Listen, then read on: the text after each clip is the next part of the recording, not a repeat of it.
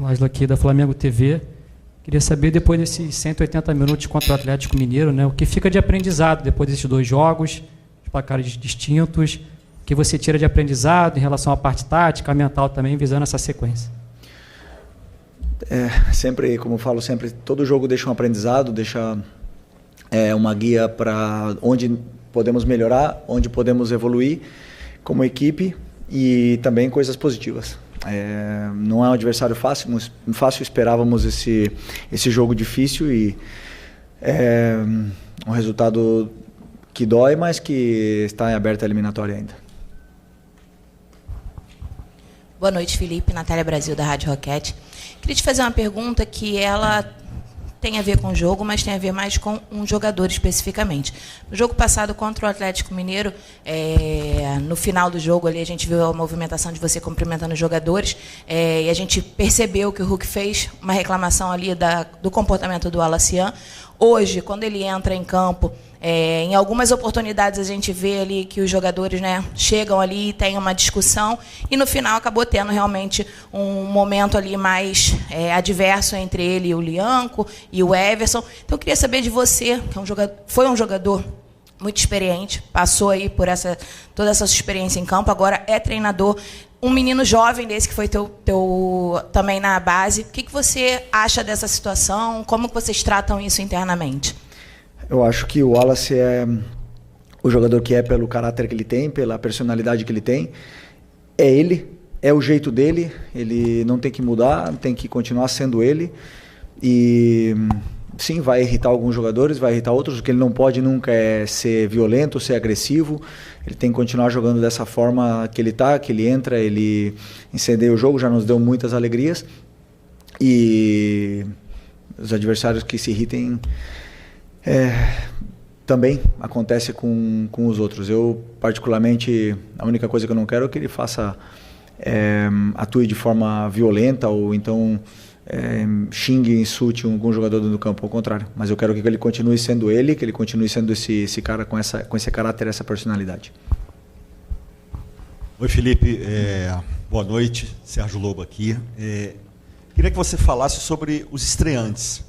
Você hoje colocou durante a partida os 3, o Samuel Lino, o Emerson Royal e também o Saul, mais para o final.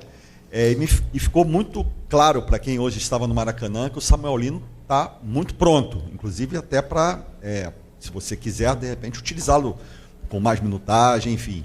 Mas eu queria a sua avaliação sobre os 3 e se realmente os outros 2 ainda estão um pouquinho abaixo no aspecto físico em relação ao Samuel. Nenhum dos 3 vinha... Bom, o Samuel jogou o Mundial e teve pouco tempo parado e vinha treinando, né, no Atlético.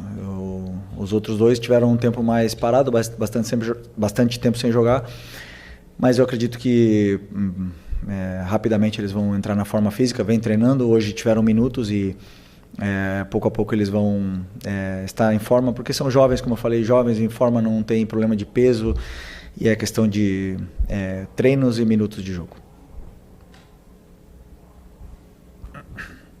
Boa noite, Felipe. Léo José, do Coluna do Fla. Continuando na questão aqui dos estreantes, mas puxando especificamente para o Samuel Lino, ele chega para uma posição que já tem Everton Cebolinha e também o Bruno Henrique. São 2 jogadores que já estão há um tempo a mais no Flamengo, tem aquela questão de hierarquia, mas eu queria entender como que a comissão técnica, você especificamente, como que vocês entendem essa colocação do Samuel Lino meio que atropelando a fila do Everton Cebolinha e do Bruno Henrique? Ele chega de fato hoje para ser o titular do Flamengo? E o Michael? O Michael também. Não, então, para mim não existe ninguém com a camisa de titular, não existe ninguém com a vaga no time sem demonstrar no campo e sem trabalho, né? Mas a gente sabe da qualidade do Samuel, da hierarquia que ele tem, do diferencial que ele é quando ele pega a bola, e é justamente o jogador que precisávamos para essa posição, um jogador desequilibrante e determinante na área do adversário. Então, depois eu sempre falo, o campo fala e vai jogar o melhor. Boa noite, Felipe. Bruna Medeiros, do Disfla. Hoje o time apresentou muita dificuldade de criação antes dos estreantes entrarem, né, principalmente do Samuel Lino. Qual a sua avaliação dessa dificuldade? Faltou um meia, talvez ali, mais de criação, mais característico. O que você avalia aí dessa dificuldade hoje? Obrigado. Bom, primeiro que jogos contra o time do Cuca nunca são fáceis, né? São sempre jogos assim, muito pelos encaixes individuais, pelas perseguições e porque muitas das vezes os jogadores não conseguem e acabam forçando o jogo e gerando esses contra-ataques, esse jogo de ida e volta que não nos interessa. E no primeiro tempo foi assim. Não conseguimos encontrar tantas vantagens, né, no nosso plano de jogo, na qual eu coloco a minha parte de culpa.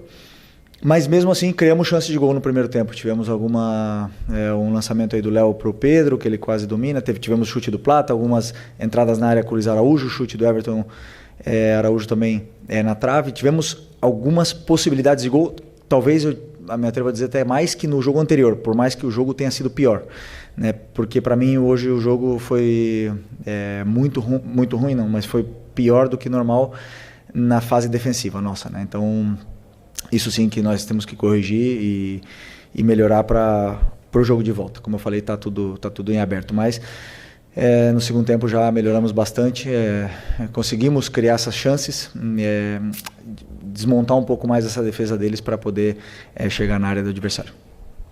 Felipe, tudo bem? Boa noite. Gabriel Orfa, canal Paparazzo Rubro Negro, revista Placar. Felipe, desde o começo do ano muito se falou sobre uma possível prioridade ao Campeonato Brasileiro, né?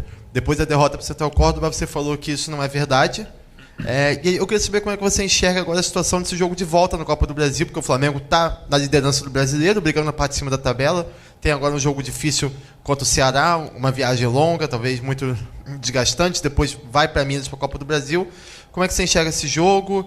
Se você pretende ir com força máxima, tanto contra o Ceará quanto contra o Galo.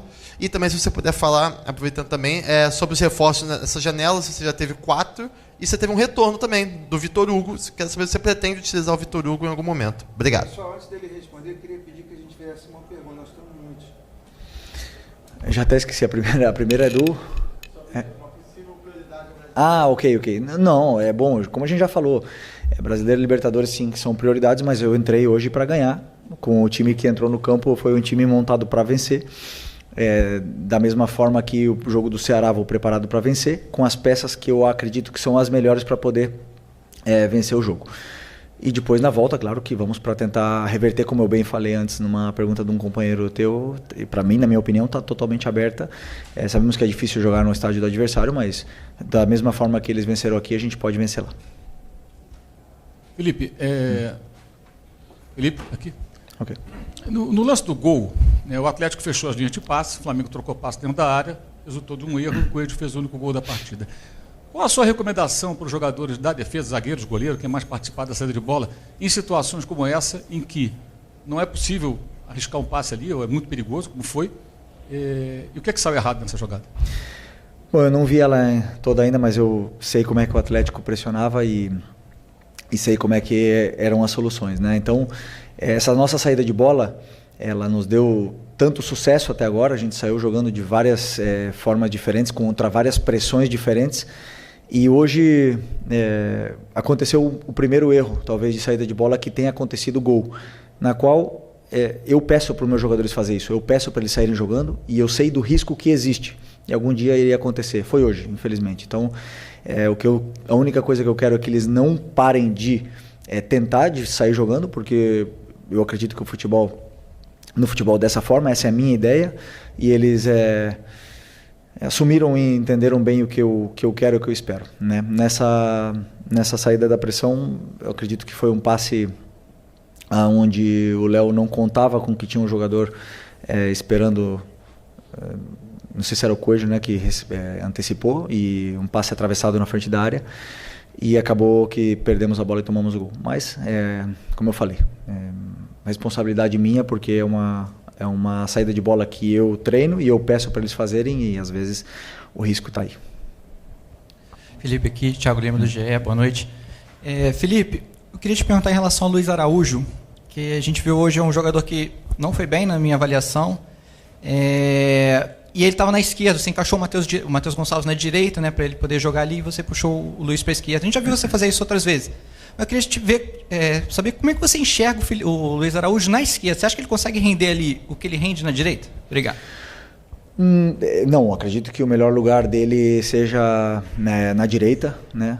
Mas hoje eu queria deixar o Matheus Gonçalves ali pelo drible que ele tem. Ele é um jogador de 1 contra 1, com esses encaixes, essas marcações individual, ele é capaz de tirar o jogador de cima, e sempre pensando em que o Luiz Araújo é letal e um finalizador nato para quando a bola chegasse dentro da área para ele pudesse fazer os gols, do mesmo jeito que ele jogou outros jogos e fez gols e deu assistências do lado esquerdo, né? Sei que o jogo em si dele não é beneficiado com ele jogando na esquerda, mas a fase de finalização dele ali, eu acredito que sim.